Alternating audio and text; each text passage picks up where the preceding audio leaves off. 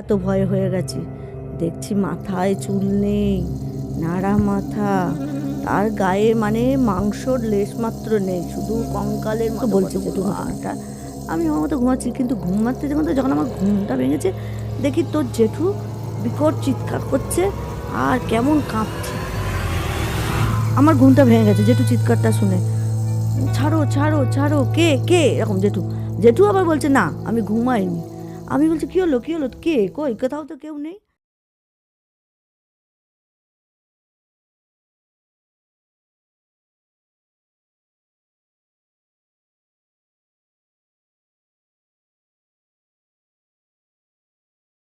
নমস্কার বন্ধুরা, আপনারা দেখছেন ভৌতিক নাইটস অ্যানিমেশন, সাথে আমি চৈতালি। আপনারা এর আগে আমাদের চ্যানেলে বহু ভুতুড়ে গল্প দেখে থাকেন, সেগুলো আমরা অ্যানিমেশনের মাধ্যমে দিয়ে থাকি। আজ থেকে আমাদের একটা নতুন উদ্যোগ নিয়ে আপনাদের সামনে এসেছি, যেটা কিনা ভুতুড়েই থাকবে, তবে অ্যানিমেশন না, পডকাস্ট, যেটা আমরা লাইভ করব। তো আজকেই আমরা আমাদের জেঠিমাকে নিয়ে এসেছি, যার কাছ দিয়ে আমরা এর আগে বহু ভুতুড়ে গল্প শুনে এসেছি। সেই গল্পগুলোই সে আজকে আপনাদের সামনে বলবে। তো জেঠিমার সাথে তার আগে একবার পরিচয় করে নেওয়া যাক। এই চ্যানেলে প্রথমবার আসছি, তা যারা সাবস্ক্রাইবার আছো এবং ভিউয়ার্স আছো তাদেরকে বলছি, তোমরা অনেক অ্যানিমেশন এই চ্যানেলে দেখেছো এবং অ্যানিমেশনের মাধ্যমে ভূতের গল্প দেখেছো। এবার একটু না হয় মুখে শোনো, কেমন লাগবে তারপর আমাকে জানাবে তোমরা, ঠিক আছে? আমি ভূতের গল্প যেগুলো বলছি সেগুলো কোনো বানানো গল্প না, সত্যিকারেরই গল্প। কারণ আমি অনেক গ্রামের মানুষ, এখন হয়তো কলকাতায় থাকি, তা সেই গ্রামেরই কিছু কিছু ঘটনা যখন ও ভূতের গল্প লিখেছে এই চ্যানেলে লেখা হয়তো, তখন আমি বলতাম আমার কাছেও অনেক গল্প আছে, একদিন তোদেরকে বলবো। তাই আজকে ওরা বলছে যে একটু বলো, শুনি তোমার ভূতের গল্প কেমন জেঠিমা, তুমি প্রথমবার এসছো আমাদের চ্যানেলে। তা আমি ঠিক আছে, আমি বললাম ঠিক আছে, আজকে বলি, বেশি ছোট মানে বড় করে না, ছোট করে, যে সত্যি ঘটনা দু একটা ঘটনা বলবো। যদি তোমাদের ভালো লাগে আবার হয়তো আসবো কোনো সময় বলতে, তোমরা সবাই চাইবে, তোমরা সবাই কমেন্ট করবে যে হ্যাঁ জেঠিমা আবার শুনবো, নিশ্চয়ই, তাহলে আবার একদিন আসবো। আজকেরটা তাহলে শুরু করি। হ্যাঁ তাহলে বলি শোন। আমাদের বাড়িতে অনেক গ্রামে, একদম মানে যাকে গ্রামই বলে সেই গ্রামে, একদম একটা ছোট গ্রাম, তারপর গ্রামের ধারে ধর নদী একটুখানি মাঝখানে, মানে আমাদের বাড়িটাই হচ্ছে গ্রামের লাস্ট বাড়ি, তা মাঝখানে একটা ক্যানেলের মতো আছে, যে জলটা গেলে গ্রামের অনেক মানুষ চাষ করে ওই জল দিয়ে করে। তা বর্ষাকালে কি হয়েছে, প্রচণ্ড বৃষ্টি হচ্ছে, সকাল থেকেই বৃষ্টিটা শুরু হয়েছে, ঝিমঝিম ঝিমঝিম করে হচ্ছিল। দুপুরের পর দেখা হলো খুব জোরে বৃষ্টি, আর যত বৃষ্টি হচ্ছে ততই ওই ক্যানেলটার মধ্যে জল বাড়ছে। যাই হোক, তখন কারেন্টও নেই, সেই অবস্থায় রাস্তা নেই না, ওই জল মানে ঘুরে ঘুরে গ্রামের ধারে ধারে গিয়ে আবার নদীতে গিয়ে মেশে, এরকম। আর সারা বছর একটুখানি জল থাকে, বর্ষাকালে কিন্তু অনেক জল হয়ে ওঠে। আর সেরকম জঙ্গল, মানে জলটা পার হয়ে যে ডোবাটা পড়ে যাবি তারপরে হচ্ছে জঙ্গল, কিন্তু ওখানে যেতে গেলে তোকে আবার একটু ঘুরে গিয়ে আসতে হবে। সেই দিয়ে এসে যদি কেউ গরু চড়াতে যায়, কেউ ছাগল নিয়ে যায়, মানুষ নেই ওখানে আর, কিন্তু রাস্তা আছে একটা সরু, সেই রাস্তা দিয়ে ওই দূরের গ্রামের মানুষরা যাতায়াত করে, হাটে যায়। তারপরে কেউ সব যারা পায়ে গরুর গাড়ি যেত, এখন তো আর সেগুলো হয় না, যায় তখন কিন্তু ওরকম রাস্তা। তা যাই হোক, সন্ধ্যা হয়ে গেল, দেখছি অন্ধকার, আমরা তো বৃষ্টির মধ্যে থেকে আর ঘর থেকে বাড়ি হতে পারছি না। আমার বাবা কিন্তু বরাবর সাহসী, বাবার খুব সাহস। এবার সন্ধ্যা 6:30 মানে তো ওখানে গ্রামের দিকে মোটামুটি রাত্রি হ্যাঁ হয়ে যায়। হঠাৎ দেখছে যে একজন কীরকম করে আওয়াজ করছে, একবার মনে হচ্ছে কাঁদছে, একবার মনে হচ্ছে খুব ব্যথা পেয়েছে করছে, বুঝতে আর কেউ পারছি না। এবার আমার বাবা বলছে কি হয়েছে বলতো, এরকম আওয়াজ আসছে। আমি তখন খুবও বড় না যে সাহস দেখেছি, বাবাকে বলছি যা হচ্ছে আমাদের গ্রিলে তালা দাও, যদি আমাদের দরজার ভেতরে চলে আসে।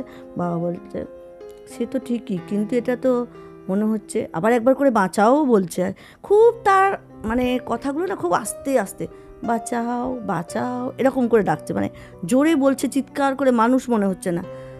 তা কি ভাবছি ভূত না মানুষ, অনেকক্ষণ পরে মানে কনফিউজ হয়ে যাচ্ছে সবাই, তার যেহেতু গ্রাম বিপদ হয়। তখন বাবা বলছে যে ঠিক আছে যা হবে হোক, বৃষ্টিটা একটু একটু ঝিরিঝিরি পড়ছে, ছাতাটা দে তো দেখি একটু জলটা পার হয়ে যায়। আমরা তো বলছি, আমি আমার দিদি, বাবা যেও না কিন্তু, যদি ভূত হয়, বাবা বলে ভূত বলে কিছু নেই, কিন্তু আমরা তো ভূতে বিশ্বাস করি না, ভূত হতে পারে যদি বাবাকে ধরে। বাবা বলছে দূর, আগে যাই তো দেখি না। মনে সাহস নিয়ে একটা বড় লাঠি নিয়ে, ছাতা, টর্চ নিয়ে বাবা পার হচ্ছে। একটা গামছা পরেছে, আবার জল তো মানে প্রায় হাঁটুর উপরে, সে যাচ্ছে।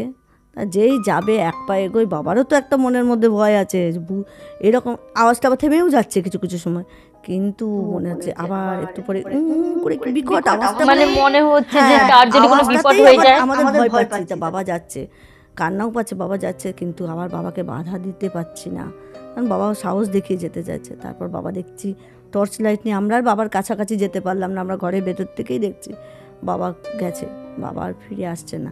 অনেকক্ষণ বসে আছি, চিন্তা করছি। দিদি একবার বলছে বাবা কই আওয়াজও দিচ্ছে না, কিছুই না, কিন্তু টর্চের আলো মাঝে মাঝে দেখতে পাচ্ছি যে বাবা আছে ওখানে, কিছু খোঁজাখুঁজি করছে।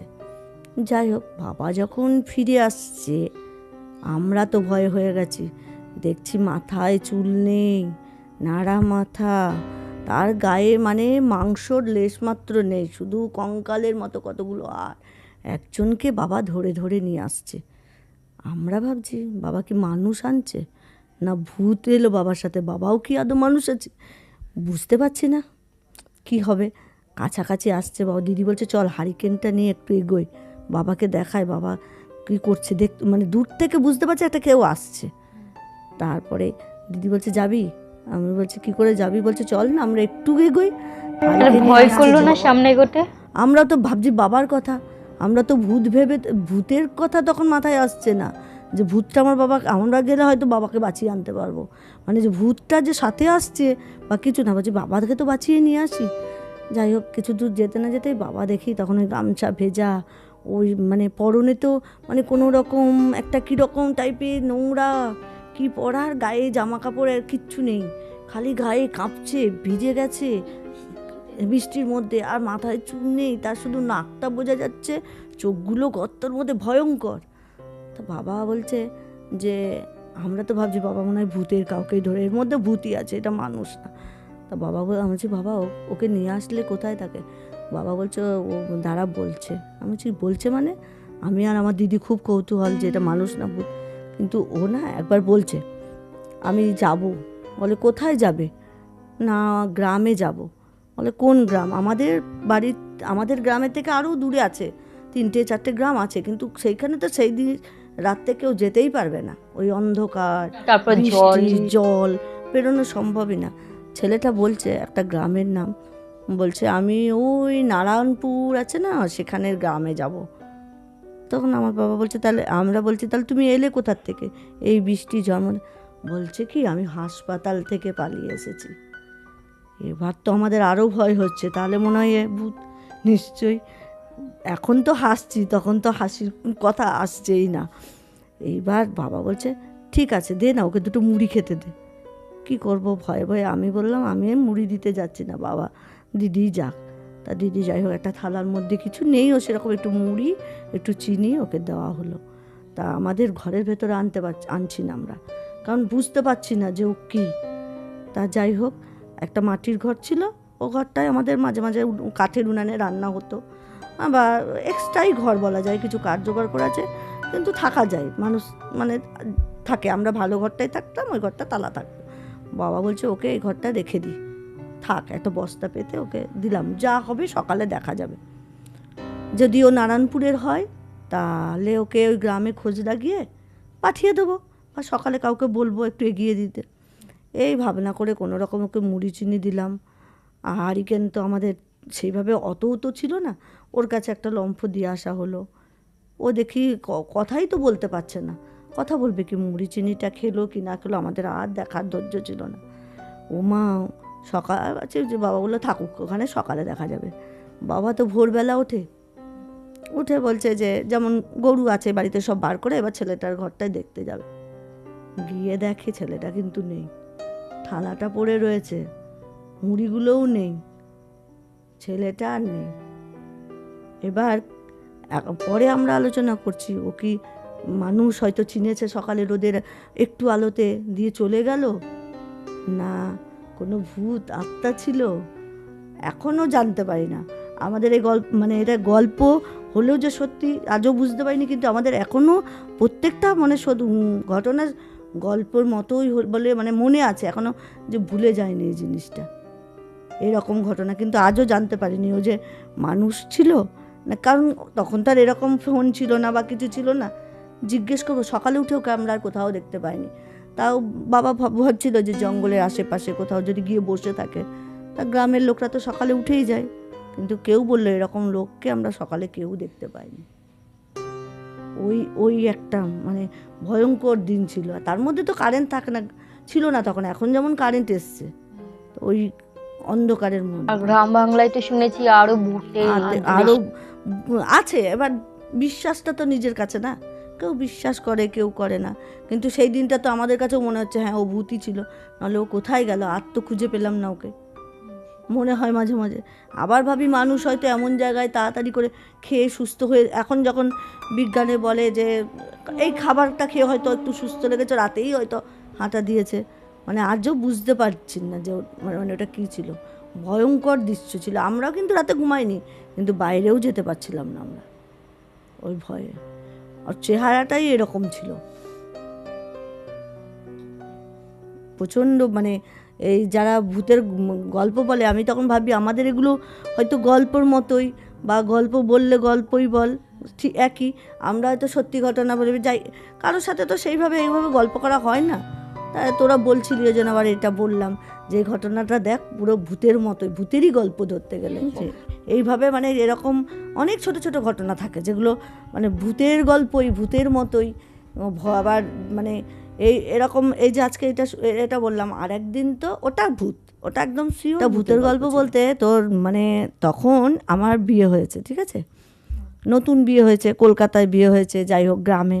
আর গ্রামের মানুষরা খুব উৎসাহ, কলকাতায় বিয়ে হয়েছে। আমি ওই গ্রাম থেকে এসে কলকাতা, তারপরে গেছি আমাদের ওখানে যেটা বলে অষ্টমঙ্গলা, এখানে বলে ধীরামগামন, তা অষ্টমঙ্গলায় গেছি। তোরদের যে জেঠু, সে তো শহরের মানুষ, গ্রাম গিয়ে তো খুব ভালো লেগেছে। এখানে যাই ওখানে যাই, যার বাড়ি যাই বলে আজকে থাকি তাদের বাড়িতে, ভালো লাগে, ভালোবাসে। এরকম আমার মেজদির বাড়িতে গেছে, মেজদির বাড়িও গ্রাম। তা মেজদির বাড়ি গ্রাম হলে মেজদির প্রায় 100 বছরের পুরনো দুর্গা মন্দির আছে মেজদির বাড়িতে। তা সেখানে আমরা ভূতের কথা ভেবেও যাইনি, ভাবিওনি, জানিও না। তা আমার মেজদির ঘরেও তখন কারেন্ট ছিল না, কিন্তু মাটির মাটির দোতলার মধ্যে আমাদেরকে একটা ঘরে শুতে দিয়েছি। আর মানে এই আমার তখন মনে আছে যে খুব ঠান্ডাও ছিল না, একটু গরম লাগছিল। তোর যেহেতু তো ফ্যানে থাকা অভ্যাস শহরে, এবার আমাকে বলছে হাত পাখাটা দিয়ে হাওয়া করো। অনেকক্ষণ আমি হাত নাড়িয়ে কিন্তু ঘুম তো এসে গেছে, দেখি হাত পাখা বন্ধ করে দিয়েছি। তো জেঠু তো বলছে আমার খুব ভাল লাগছে, মাটির ঘরে দোতলায় শুয়েছি, কোনোদিন খুব আনন্দ পেয়েছে। তো জেঠু আর ঘুমায়নি, তা বলে আমি তো আমার মতো ঘুমিয়েছি, তো জেঠু নাকি জানলা দিয়ে পরে আমাকে বলছে জেঠু ঘটনাটা।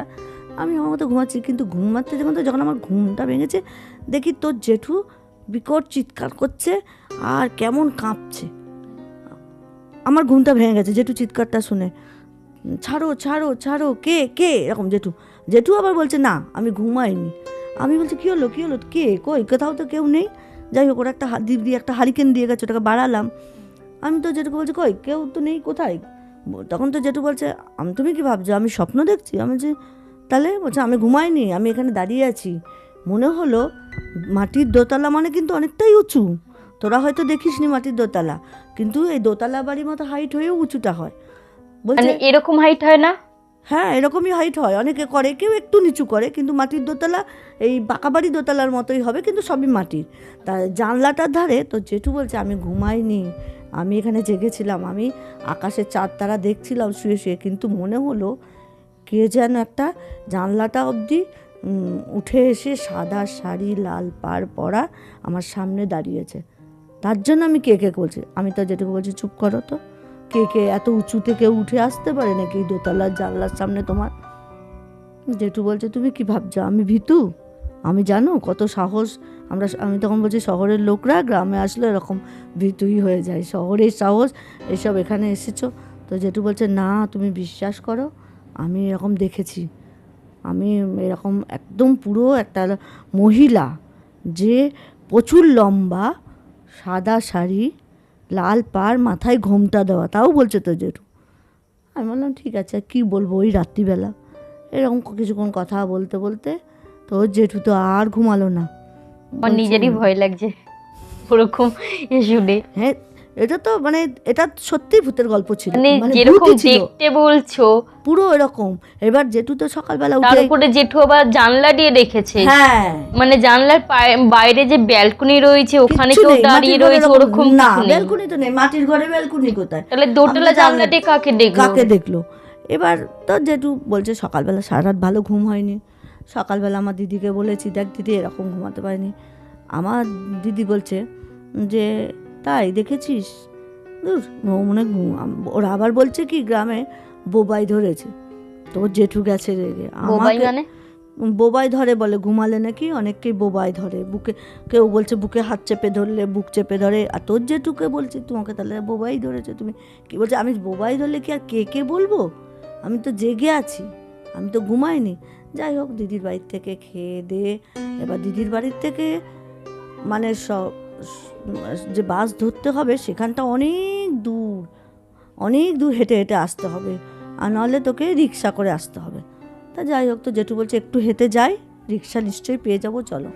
হাঁটছি ওই জঙ্গলের মাঝখান দিয়ে হেঁটে হেঁটে আসছে। তো জেঠু বলছে আমার না ভাল লাগছে, খুব খারাপ লাগছে, জানো তো, মনটা ভালো লাগছে না, মনটাও কেমন ভার লাগছে, শরীরটা ভার। তো জেঠু বললো চলো আমরা আমাদের বাড়িতে যাই, আমার বাপের বাড়িতে। তা যাই হোক, জেঠু সারাদিন বললো মাথা যন্ত্রণা, এলো না। চলে আসলাম, ওখান থেকে আবার আমরা কলকাতায় আসলাম। প্রায় 1 বছর কি 6 মাস এরকমই হবে, অতটা ধর অনেক বছর আগের কথা। তো পর আমার দিদিদের গ্রামে কারেন্ট এলো, 1 বছর 1.5 বছর আসার পরে দিদিরা হঠাৎ বলছে জানিস একদিন, তখন তো ফোন ছিল না, আমরা ফোনের অতটা হতো না, দিদির ছেলে কী কারণে আমাদের বাড়িতে এসে বলছে মাসি আমরা কুয়ো করছি। বললাম বা ভালো কথা। বলছে কুয়ো তো করছি মাসি, একটা ঘটনা ঘটে গেছে। আমরা যে কী ঘটনা রে? ওই কথা কিন্তু আমরা ভুলে গেছি, আমরা যে বিয়ের প্রথম বছর তখন তোর দিদিরা হয়ে গেছে, দিদি হয়ে গেছে, প্রীতম হয়নি, দিদি হয়ে গেছে প্রায় 2 বছরের কাছাকাছি হবে। ধর রাজুদা এসে বলছে যে যেখানে বলতিস না যে মেশো একবার ভয় দেখেছিল, ওখানটা আমরা কুয়ো করতে গিয়ে বিশাল বড় একটা 7 ফুট হবে কঙ্কাল পেয়েছি। কুয়ো তো খুঁড়তে গেলে অনেক খুঁড়তে হয়, গ্রাম তো মাটির নিচে, সেইখানে আমরা প্রায় 7 ফুটের লম্বা একটা কঙ্কাল পেয়েছি। তখন তো জেঠু বলছে তাহলে আমি ঠিকই দেখেছিলাম, এবার বিশ্বাস হলো ভূত দেখেছিলাম? তখন আমি আবার বলছি তুমি ভূত দেখোনি, কী করে জানবে যে ওটা ওই 7 ফুট লম্বা বলে কি তোমার উপরে অবধি জানলায় উঠেছিল? তখন আমার দিদির ছেলে তো জানে না, তো জেঠুর সাথে আমার এরকম আমার দিদির ছেলে বলছে না মাসি, আমরা তো ওই খবর দিয়েছি, যারা ওগুলো নিয়ে যায়, এটা তো কঙ্কালটা তো ফেলে দিতে পারে না, নিয়ে যায় যারা ওই যে রিসার্চ কী বললো প্রত্নতাত্ত্বিক ডিপার্টমেন্ট থেকে ফরেন্সিক্স তদন্তের জন্য নিয়ে গেছে, বলছে ওটা মহিলাই ছিল। তুই ভাব তাহলে কেমন ভয় লাগে, ওটা একটা মহিলাই ছিল। তারপর থেকে জানিস আমরা যখন এই ঘটনাটা অনেককে বললাম যে আমরা বিয়ের প্রথমে গেছিলাম, সবে বিয়ে হয়ে অষ্টমঙ্গলা করে সবার বাড়ি গেছি, তা আমার তখন ওই আমার দিদিরা বলছে যে আমাদের এখানে এই জন্যই বলে যখন যে তোর জেঠু যদি কোনোভাবে আমাকে ছাড়া একা যেত নাকি ক্ষতি করে দিত। হ্যাঁ বলে তো তখন জোড়া থাকতে যতদিন না জোর ভাঙে ততদিন কিন্তু যেতে নেই। তা দেখ এইটা তো একদম পুরো সত্যি, যেটা ভূতই ছিল, ওটা মানুষ ছিল না। এমনও তো আর একটা আশ্চর্য ঘটনা কিছু জানতে পেরেছিলে যে ওটা কার হতে পারে? না, সেটা ওরা আর জানায়নি, ওরা তো কঙ্কালটা নিয়ে চলে গেছিল। মানে গ্রামের কেউ জানে না যে এরকম কেউ আত্মহত্যা করেছিল অনেক বছর নাকি আগে কাউকে ফেলে দিয়েছিল?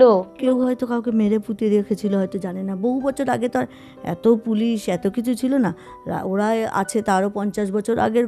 বলছে বহু পুরনো কঙ্কাল, কিন্তু প্রায় 6.5 ফুট 7 ফুট লম্বা ছিল, এবং ওটা মহিলার কঙ্কাল ছিল, এটা বলেছিল ওরা, বুঝছিস?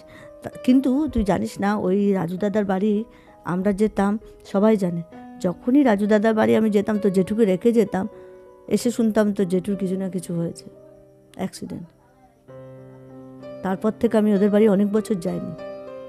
একবার গেছি, একদম সত্যি ঘটনা, তো জেঠু নাকি উঠানটা ঝাঁট দিচ্ছিল, ঝাঁট দিতে দিতে এমন রাগ হয়েছে, একটা বিড়ালকে ঝাঁটাটা ছুটতে গিয়ে ঝাঁটা একদম আঙুলের শলার মধ্যে ঝাঁটার শলা ঢুকে গেল।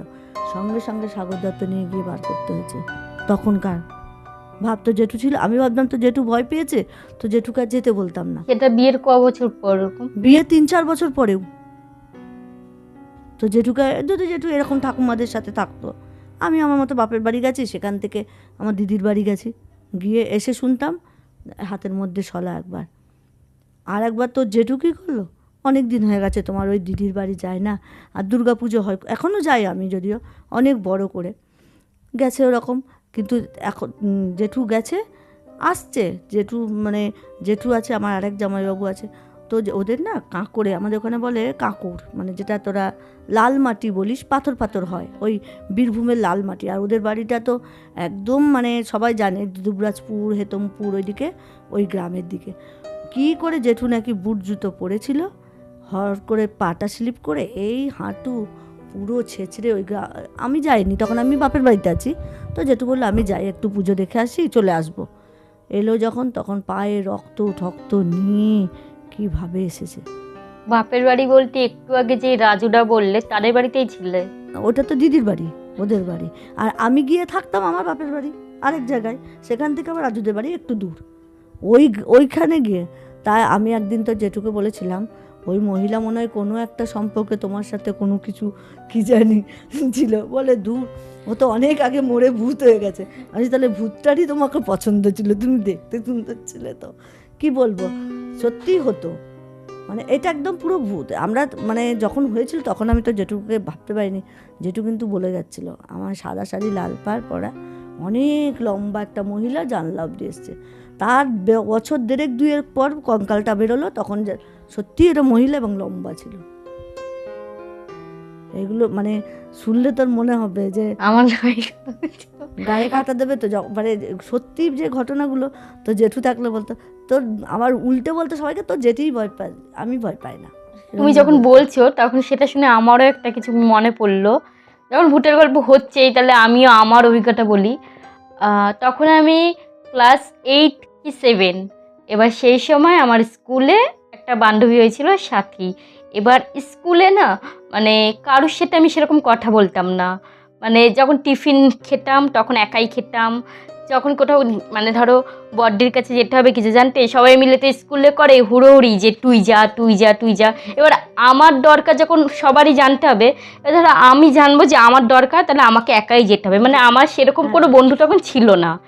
এবার যখন সাথী এলো, ক্লাস 7-8 সাথী এলো, এবার ও যখন এলো তখন আমি একটু সাথী পেলাম, ঠিক আছে, ও সাথী ছিল আমিও সাথী পেলাম। তো ওর সাথেই আমি স্কুলে, তখন সারাদিনটা স্কুলে ওর সাথেই কাটতো, আমার পাশে বসতো, ওর সাথে টিফিন খেতাম, ওর সাথে সমস্ত গল্প ওর সাথেই হতো। তো যাই হোক, এইবার একসময় গরমে ছুটি পড়লো 2014, তখন আমি ক্লাস 8, গরমে ছুটি পড়লো। এবার গরমের ছুটিটা কাটালাম। এবার ছুটি কাটানোর পর এবার না, তখন তো আমার হাতেও ফোন নেই, ওর হাতেও ফোন নেই যে ফোন করে বারবার জিজ্ঞেস করবো কি রে, মানে কি খবর বা কিছু, ওরকম তো কিছু নেই। এখন যেমন হোয়াটসঅ্যাপ চলে এসছে, তখন ওরকম ছিল না।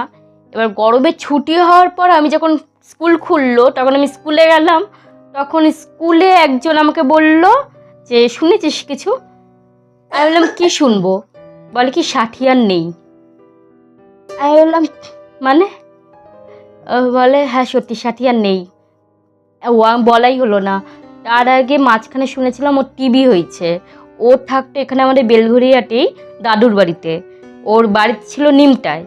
এবার ও দাদুর বাড়িতে থাকতো, ওর দাদুই ওকে পড়াশোনা করাতো, মানে ওর মামা ছিল টিচার, তো যেই কারণে, আর মা বাইরে কাজে যেত, আর সবসময় ওই বাড়িতে একা থাকতো, এই কারণে ওর মা ওকে দাদুর বাড়িতেই রেখে দিয়েছিল, যাতে ওরা ওর দেখভাল করতে পারে। হ্যাঁ, না অসুস্থটা পরে হয়েছে। হ্যাঁ, এবার হঠাৎ করে টিবি ধরা পড়েছে। এবার তখন ডাক্তার দেখিয়েছিল, বলেছিল ঠিক হয়ে যাবে। এবার সেই সময় নাকি একদিন ওর বাড়িতে হঠাৎ করে ওর অসুস্থ হলো, খুব বেশি পরিমাণে শরীর খারাপ করলো। এবার সেদিনকার মা ওর বাড়িতে ছিল। এবার ওর মা ওকে রিক্সা করে নিয়ে যাচ্ছিল ডাক্তারের কাছে। এবার রিক্সার মধ্যেই জানি না কী হয়েছে, হঠাৎ করে নাকি রিক্সার মধ্যেই মারা গেছে, মানে দমটা আটকে গেছে ওখানেই, পৌঁছাতে পারেনি। এবার পৌঁছাতে পারেনি তো হলো, ব্যাস মারা গেছে। আমি স্কুলে গিয়ে জানলাম। তো যাই হোক, আমি আবার স্কুলে একা হয়ে গেলাম। মানে তখনও আমার আর কোনো বন্ধু নেই। যতক্ষণ ও বেশি দিন আমার সাথে ছিল না, কিন্তু হার্ডলি 1 থেকে 1.5 বছর হয়তো ছিল, তাও হয়তো ছিল না। তো যাই হোক, এইবার ও তো মারা গেল। এবার তারপরে একদিন পরের বছরই মনে হয় আমি সরস্বতী পুজোয় বাবার সাথে গেছিলাম বাজারের দিকে। বা যখন বাজারে কেনাকাটা করে ফিরছি, বাবা আগে আগে হাঁটছিল, এবার আমি ছিলাম কিছুটা পেছনে। আর এদিকে সরস্বতী ঠাকুরগুলো ছিল, এই সাইডে সরস্বতী চেউট লেগেছে, সরস্বতী ঠাকুর, দশকর্মা, আরও সব কিছু ছিল। হ্যাঁ, এবার বাবা আগে আগে হাঁটছে, হঠাৎ করে না আমাকে আমাকে এভাবে ডাকলো, বলে কি রে, ভালো আছিস? আমি না প্রথমে না মুখটা এবার দেখলাম, আমি না মুখটা ঠিক তখন, মানে আমার চারপাশে যেন আমি আর কিছু শুনতে পাচ্ছি না, আমার পুরো কানে পুরো তালা লেগে গেছে, যেন মনে হলো যেন ওর সাথেই না। ডাকলো। আমি মানে ওর দিকে তাকিয়েছি, কিন্তু ওকে চিনতে পারছি না। তখন আমি ভাবছি শুধু কে এটা, কে, মানে আমার বুকের ভেতর ডপ করছে। হ্যাঁ, যখন আমি বুঝতে পারলাম ওটা সাথী, আমার হাউমাউ করে মানে চিৎকার কান্না দুটো একসাথে বেরিয়ে গেছে। রাস্তায় পুরো রাস্তার সামনে লোক জড়ো হয়ে গেছিলো। এবার তারপরে আমি শুনেছিলাম যে আমার আর কোনো কথা বেরোয়নি। তখন বাবা আমাকে বলছে কি হয়েছে বা কিছু, মানে পারলে বাবা আমাকে মারতে যাবে যে আমি ওরকম কেন করছি রাস্তার মধ্যে। স্বাভাবিক, সবাই রাস্তায় লোক জড়ো হয়ে গেছে, জিজ্ঞেস করছে। হ্যাঁ, এবার আমার আর কোনো টাল নেই, ঠিক আছে। তো আমি, বাবা বাড়ি নিয়ে গেল। এবার আমাকে আমার মামি নিয়ে গেল হচ্ছে একটা ওঝার কাছে, মানে ওঝা ঠিক না, ওই কি বলবো, যারা ওই ঠাকুর বাড়ির লোকেরা থাকে না, ঝাড়াই ফাড়ায়, একটু ঝেড়ে দেয়। হ্যাঁ, তো তাদের কাছে নিয়ে গেল। তখন সে আমাকে একটা ওষুধ দিল, আর কি বেশ এটা বললো যে আমার মধ্যে নাকি, মানে কাউকে দেখে ভয় পেয়ে গেছি, যেটা বললো আর কি, সত্যি তো তাই। এবারে আমি জানি না, এরপরেও আমি অনেকবার সাথীকে দেখেছি, কিন্তু কি জানি না কেন দেখেছি, হয়তো আমি স্কুলে একা থাকতাম বলে, নাকি আবার সেই মানে যেই সঙ্গটা ছিল সাথীর সাথে সেটা কেটে গেল, মানে আবার তো সেই স্কুলে একা পুরো। মানে কিছু অল্প সময় হলেও খুব ভালো বন্ধু ছিল, তাই হয়তো তোকে দেখা দিত, এটাও হতে পারে। হয় ওটা একটা মানে এটাকে ভূত আমরা বলি, ভূত দেখা। আবার তুই ফিল করেছিস, সেটাও হতে পারে। ওর এটা তো তোর সাথে রয়েছে, ওর সাথে তোর একটা মনের মিল ছিল। এখন মনে হয় যেন আমি হয়তো সাথীকে দেখেছিলাম, হয়তো ওর সাথে আমার সেই টানটা ছিল বলে ওকে আমি দেখেছিলাম। এছাড়া আমার অনেক কাছের মানুষ আছে যারা মারা গেছেন, দাদু বলো আরো কেউ, তাদের কিন্তু আমি এভাবে দেখিনি যে আমি দেখে ভয় পাবো, দাঁড়িয়ে থাকে না। অনেকে বললে আমার রাশ ভারী, হয়তো জানি না, কিন্তু আমি ওকে কিন্তু দেখেছি। গল্পটা এটা যদিও আমি সামনে যাইনি, কিন্তু আমাদের বাচ্চাদের না, আমাদের ওখানে গ্রামের থেকে, আমাদের গ্রামের বেশি বড় গ্রাম না তো, এখন তো তাও অনেক বড় হয়েছে। এদিকে নদী, জঙ্গল, আবার এদিকে গেলে কিছু বাড়ি, তারপরে ধান ক্ষেত, একটা বড় পুরনো দিনের। আমাদের গ্রামে না লক্ষণ সেন, বল্লাল সেন আমনের শিব মন্দির এখনও আছে, 100 বছর পুরনো। তারপরে পুকুর আছে, তা একটা পুকুর আছে, সেই পুকুরে না 2টো ঘাট আছে। আবার মানে তখনকার দিনে ছেলেরা আলাদা ঘাটে চান করতো, মেয়েরা আলাদা ঘাটে চান করতো। তা ওই পুকুর পাড়টা জুড়ে না চারিদিকে খালি আম গাছ, ওই কাঁচা আম খুব মিষ্টি ছিল। তা আমরা ওই বাচ্চারা যেমন হয় দল বেঁধে আমগুলোকে পারবো, কিন্তু আমটা পেরে নিলে যে গাছগুলোর দায়িত্বে ছিল তার তো রাগ হতো। তাও সে আমের নেশা, বলতো দুপুরবেলা যাবি, তাও নাকি ভূত আছে। তখন আমরা বলতাম, তা এখন যেটা বুঝি, এখন যখন বড় হয়ে বুঝলাম, বলছে দুপুরবেলা কি ভূত থাকে না, ধান খেতে বলে বুড়ুল ভূত থাকে। সেটা আবার কেমন ভূত? আমরা বলছি দূর, কেমন বুড়ুল ভূত, বুড়ুল ভূত আবার কি ভূত? বলছে যা না, তোদেরকে সব ধরবে, যারা আম পাড়তে যায় তাদেরই ধরে, এরকম ভয় দেখিয়েছে। তার সাথে 4-5 জন মিলে বলছে চল না, দিনের বেলা তো বুড়ুল ভূত হলে তো চোখে দেখতে পাবো। তা বাচ্চাদের যেমন, বাচ্চা বলতে 10-11 বছর বাচ্চা যেমন বুঝে, আমরা সবাই মিলে যাচ্ছি, ঠিক আছে। তা একটা রাস্তা পার হয়ে মাঠগুলো, তার পাশেই ওই পুকুর আর আম গাছ। রাস্তাটা যেমন ধুলো থাকে, ধুলো, আর ধান কাটার পরে দেখবি রাস্তায় ধানের কিছু আগাছা থাকে, তা ওইখানে। তারপরে যখন ধানগুলো না মাঠের থেকে অনেকে ডাইরেক্ট নেয় না, তখন গরুর গাড়ি করে এসে নিয়ে খড়গুলো নিয়ে যেত, তা খড় পাকানো। আমরা তো আনন্দেই যাচ্ছি, যে ওই তখন যে এবার ওই ওটা গ্রীষ্মকালে ধান কাটে, যে এখন তো যে লোকগুলো ধান নিয়ে চলেও গেছে, গ্রীষ্মের ধান আর আম পাবো এরকম বড় বড়। তা যাচ্ছি, তা যেমন বুদ্ধি হয় বুঝেছিস, হাঁটছি বুড়ুল ভূত কিন্তু মাথায় থেকে আমাদের কারোরই যায়নি, যতই যায় বুড়ুল ভূতটা মাথায় ঘুরছে, যদি আমাদের আম পারলে বুড়ুল ভূত ধরে।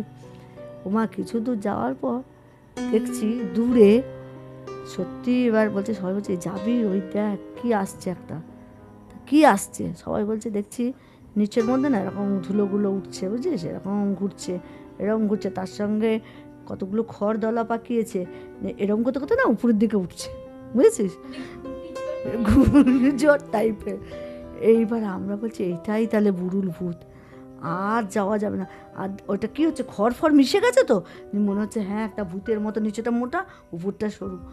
সবাই যে যেটার পাচ্ছে ছুট, আম খাওয়া তো মাথায় তা।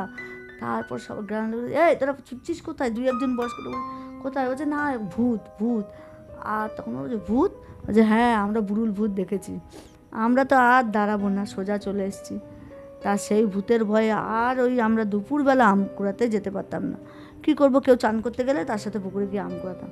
তা এই ঘটনাটার সাথে এখনকার ঘটনার মিশন, কিছুদিন আগে ওরকম ট্রেনে করে যাচ্ছি, বর্ধমান পার হলে রেল লাইনে দেখবি রাস্তাগুলো দেখা যায়, ওরকম ঘূর্ণিঝড়ের মতো মাঠের মাঝখানে উঠছে। তখন আমি বলছি এখন তো আমি ভয় পাই না, এ তো বুড়ুল ভূত না, এগুলোকে একটা কি বলে, হাওয়াটা আস্তে আস্তে এরকম তৈরি হয় বুঝেছিস। কিন্তু গ্রামের লোকের যে এখনও বললে বুকে তার মধ্যে বলেছে বুড়ুল ভূত দেখলে বুকে থুতু দিতে হবে, সে তাড়াতাড়ি করে যে যতটা পারলাম গায়ে থুতু মেখেছি, কারণ তখন তো ছোট ছিলাম। তা ওই এখন বুঝি ওটা ভূত না, কিন্তু গ্রামের লোকের ধারণা ওগুলোর থেকে হাওয়া বাতাসগুলো লাগে, আসলে তা না। দেখ এটার মধ্যে আবার এটা দেখ ভূতেরও যেমন বলিস, এটা ভূতের গল্প থেকে বেশি বিজ্ঞানসম্মত। ওই ধুলো বালি চোখে লেগে মানুষ ক্ষতি হয়, তার জন্যই অসুস্থ হয়ে পড়তে বলেই বলতো কিন্তু যে এটা ভূতে ধরবে। আর বাচ্চারা ওইটা ঘূর্ণিঝড়টা নাকি ওইভাবে তৈরি হতে থাকে, অল্প অল্প জায়গা নিয়ে যেহেতু গ্রামের দিকে ফাঁকা তাই দেখা যায়, এখানেও হয় দেখা, হয়তো দেখা যায় না। এরকম ভূতের ছোট ছোট ঘটনা, মানে তোর ভূত কি বলবি, যে ভূতের গল্প শেষ হয় না রে, মানে ফিল করলেই মনে হবে ভূত। আমি আর বিয়ে হয়ে গেছে তখন অবধি আমাদের বাড়িতে কাজ এসেছে, এমনকি দিদি হয়ে গেছে তখনও, তারপরে হ্যাঁ তার পরের বছর মানে ধর 93-94 সালে কারেন্ট এসছে আমাদের বাপের বাড়িতে। তার আগে আমার দিদি না খুব ভালো ছিল পড়াশোনায়, সবসময় পড়তে ভালোবাসতো, আর কাটা কারেন্ট ছিল না তাই হারিকেন নিয়েই পড়তে হতো, হারিকেন নিয়ে পড়ছে। তা আমরা সবাই ঘুমিয়ে পড়লে ও কী করতো, হারিকেনটা বিছানার মধ্যে নিয়ে নিত, নিয়ে যাতে ও পড়তাম আমি পাশে শুয়ে থাকতাম, বাবা বারান্দায় শুতো। তা প্রথমে যখন আমরা সবাই গ্রামে তো তাড়াতাড়ি খেয়ে দিয়ে শুয়ে পড়েছি, তা শুতে যাব, তখন আমরা বাবা হঠাৎ করে, আমি বলছি বাবা কেমন একটা গন্ধ বেরোচ্ছে, বাবা বলছে কিসের গন্ধ পাচ্ছিস, আমার হট করে নাকেও না, কারণ ওই 8টা, 8:30, 9টায় গ্রামের লোকে রান্না করতো না তখন, 9:30, 9টা মানে বিশাল রাত এরকম। বাবা বলছে কিসের গন্ধ, বলছে কে যেন দেখো মনে হয় পায়েস রান্না করছে বা কিছু গোবিন্দভোগ চালের গন্ধ। তখন বাবা বলছে বলতে নেই, এখানে ঠাকুর আছে না আমাদের বাড়ির সামনে, ধর্মরাজের মন্দির, বলতে নেই, ঠাকুর হয়তো ভোগ খাচ্ছে, খুব ভালো জিনিস, খুব ভালো শুনেছিস। ভালো কথা, ভগবান সত্যি তো ঠাকুর সামনে আছে। শুয়ে পড়েছি, এবার বা দিদির মতো পড়ছে, আলো তো নেই, হারিকেন ওই দিদির কাছে একটা, ওটাই দিদির পড়া হলে কমিয়ে বারান্দার জানলার মধ্যে রেখে আসে, আর বাবা ঘুমাচ্ছে। এদিকে আমার মেজদির শ্বশুর গ্রামে, ওদের গ্রামে অনেক দূর, মারা গেছে। আমরা জানি না, ফোন নেই তো তখন, তো কিছুই নেই, কী করে জানবো।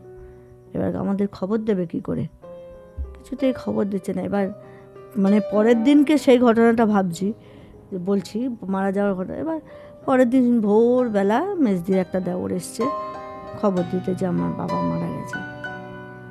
তখন বলছে কালকে রাতে এতটার সময় মারা গেছে। এবার দিদি বলছে পড়ছি, দিদি পড়ছিল, দিদির কাছে একটা হারিকেন, আর একটা থাকে বারান্দায়, কেউ বাথরুম গেলে নিত। হট করে আমি তো ঘুমিয়ে গিয়ে পড়েছি, আমি মানে ওটা জানি না যে হারিকেনগুলো এরকম হয়েছে। আবার দাদা বৌদি যেখানে শুতো সেখানেও একটা হারিকেন, ওরা দোতলার ঘরে শুতো। তো যাই হোক, সেখানেও একটা হারিকেন, 3টে হারিকেন তাহলে জ্বলছে। 2টো হারিকেন, একটা ওই লম্ফ টাইপের, সেই তোরা হয়তো দেখিস নি, কাঁচ দেওয়া এরকম তোলা থাকতো, ওগুলো চলছে। এবার 3টেই দেখি হারিকেন সেদিনকে ওই রাত্রিবেলা ধপ করে উঠে 3টেই বন্ধ হয়ে গেছে। এবার দিদি বলছে একসাথে, এবার দিদি বন্ধ হয়ে গেছে, দিদি বলছে বাবা আমার হারিকেনটা নিভে গেল দেখো, বাবা বলছে বন্ধ করে দে আর পড়তে হবে না। যাই হোক বাবা বলছে কি রে তোরটা বন্ধ হয়ে গেছে, বাবা তো শুয়ে পড়েছে। তখন বলছে দাদা আমাদেরটা নিয়ে তুই বাথরুমে যা, গিয়ে বলছে তোমাদেরটাও বন্ধ। আর দাদা বৌদিরটা আমরা রাতে জানতে পারিনি যে রাতে কী হয়েছে, কারণ উপরে তার ডেকে হারিকেন কথা জিজ্ঞেস করে না। সকালে যখন দিদির দেওর আসলো তখন শুনলাম যে রাত্রি যখন যে কটার সময় মারা গেছে ততটার সময়ই আমাদের হারিকেনগুলো ওইভাবে নিবেছে। মানে উনি আবার ওই আমার দিদির শ্বশুর, বুঝেছিস। আর উনি আবার কি করতো, উনি যে ব্যবসা করতো সেই ব্যবসা আমাদের গ্রামে এসে প্রত্যেক সপ্তাহে আসতো, আমাদের গ্রামে ওখানে দোকানে দোকানে মাল দিত, বিড়ির ব্যবসা করতো, সেই জন্য আসতো। নিয়ে আমাদের বাড়ির সাথে খুব ভালো সম্পর্ক, আর আমার এই দিদিকে খুব ভালোবাসতো। তারপরে সবাই মানে গ্রামের লোকও বলছে কালকে রাতের ঘটনাটা শুনে যে ওনার আত্মাটা যে ওখান থেকে চলে গেছে, এই গ্রাম থেকেও একটা মায়া ছিল, আসতো ভালোবাসতো এই ছেলের শ্বশুর বাড়িতে, তাই এখানেও সেই সময় এসেছিল। তার জন্য সব কটা আলো একসাথে নিভিয়ে দিয়ে উনি হয়তো দেখা দিতে চেয়েছিল, কিন্তু আমরা তো সেইভাবে দেখার চেষ্টা করিনি বা বুঝিনি। তারপরে আমিও মনে করে গোবিন্দভোগ চালের গন্ধ পেয়েছিলাম।